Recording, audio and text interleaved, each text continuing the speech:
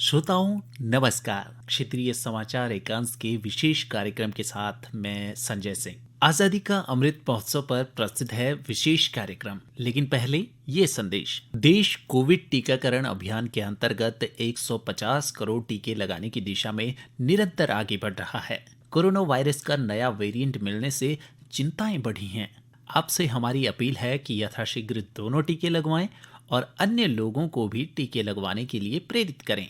कृपया 3 सरल उपायों का अवश्य पालन करें। मास्क लगाएं, 2 गज की सुरक्षित दूरी बनाए रखें, हाथ और चेहरा साफ रखें। कोविड से संबंधित किसी भी जानकारी और मार्गदर्शन के लिए राष्ट्रीय हेल्पलाइन नंबर 0112397846 और 1075 पर संपर्क करें। स्वास्थ्य और परिवार कल्याण मंत्रालय ने कहा है कि Covid variant Omicron delta variant की तुलना में 3 गुना अधिक संक्रामक है। राज्यों और केंद्र शासित प्रदेशों को कोविड नियंत्रण केंद्र सक्रिय करने तथा जिला या स्थानीय स्तर पर उचित कार्रवाई करने की सलाह दी गई है। स्वास्थ्य सचिव राजेश भूषण ने राज्यों और केंद्र शासित प्रदेशों को लिखे पत्र में कहा है कि डेल्टा वेरिएंट देश के विभिन्न भागों में अब भी मौजूद है। राज्यों को सलाह दी गई है कि कोविड से प्रभावित लोगों से संबंधित आंकड़ों और इसके फैलने के क्षेत्र की लगातार समीक्षा की जानी चाहिए।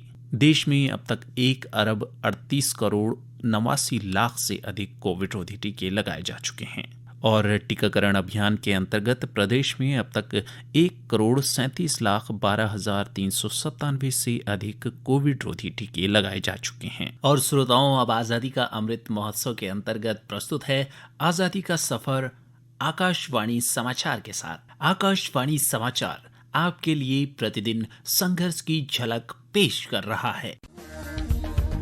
आजादी का अमृत महोत्सव।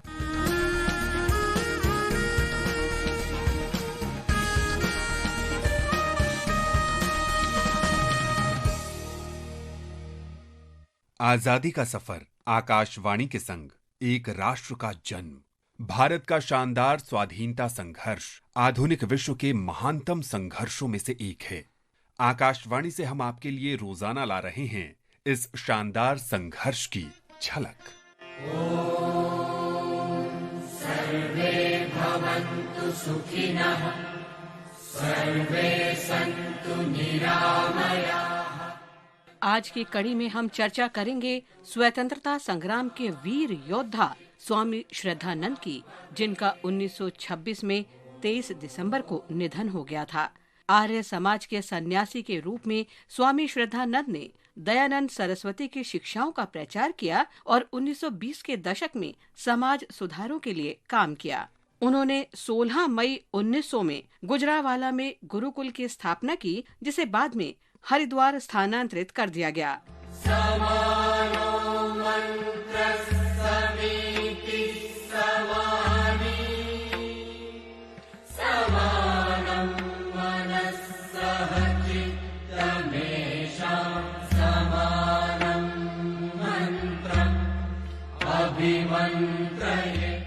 वर्ष 1919 में स्वतंत्रता के लिए राष्ट्रीय संघर्ष के दौरान वे गांधी जी के नेतृत्व में आंदोलन में उतर आए।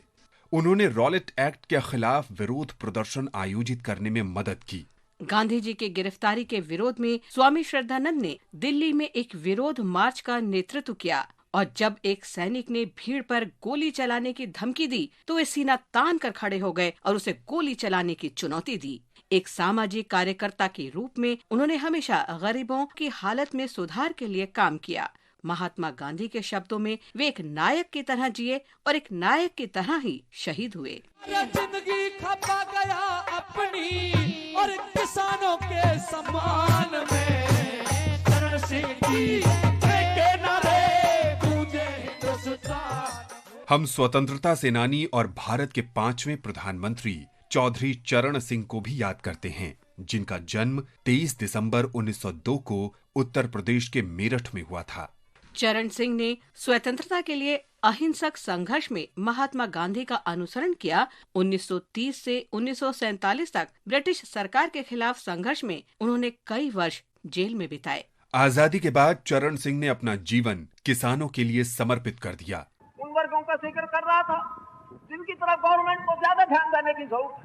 उन्होंने 2 बार उत्तर प्रदेश के मुख्यमंत्री के रूप में कार्य किया और 1979 में भारत के 5वें प्रधानमंत्री बने। आदिवासी लोग, भूमिहीन लोग, बेरोजगार लोग या जिनके पास कम रोजगार और अपने देश के 50% से अधिक किसान जिनके पास 4 बीघे जमीन से कम है, इन सब की तरफ गवर्नमेंट का विशेष ध्यान होगा।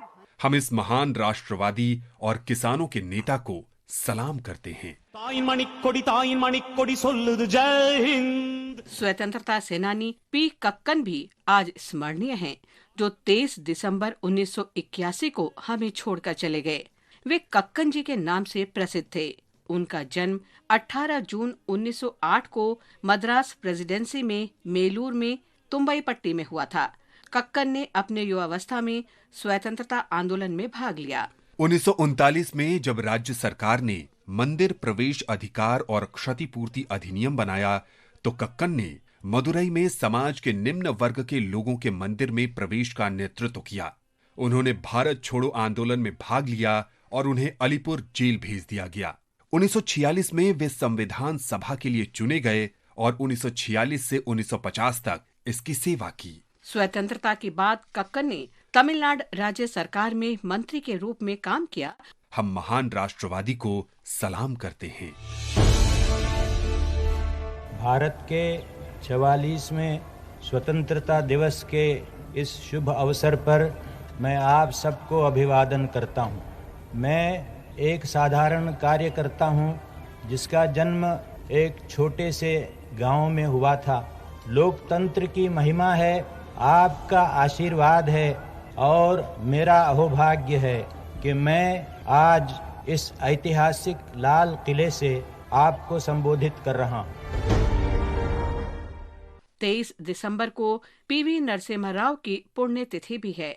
28 जून 1921 को जन्मे नरसिम्हा राव ने भारतीय स्वतंत्रता आंदोलन में सक्रिय भूमिका निभाई। पीवी नरसिम्हा राव 1930 के दशक के अंत में हैदराबाद राज्य में वंदे मातरम आंदोलन का हिस्सा थे। उन्होंने 1991 से 1996 तक भारत के 9वें प्रधानमंत्री के रूप में कार्य किया।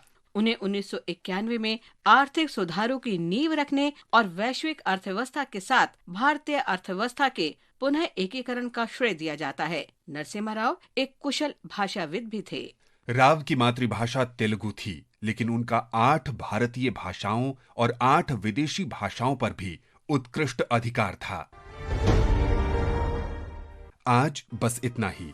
आजादी का सफर आकाशवाणी के संग कल फिर मिलेंगे नई कड़ी के साथ।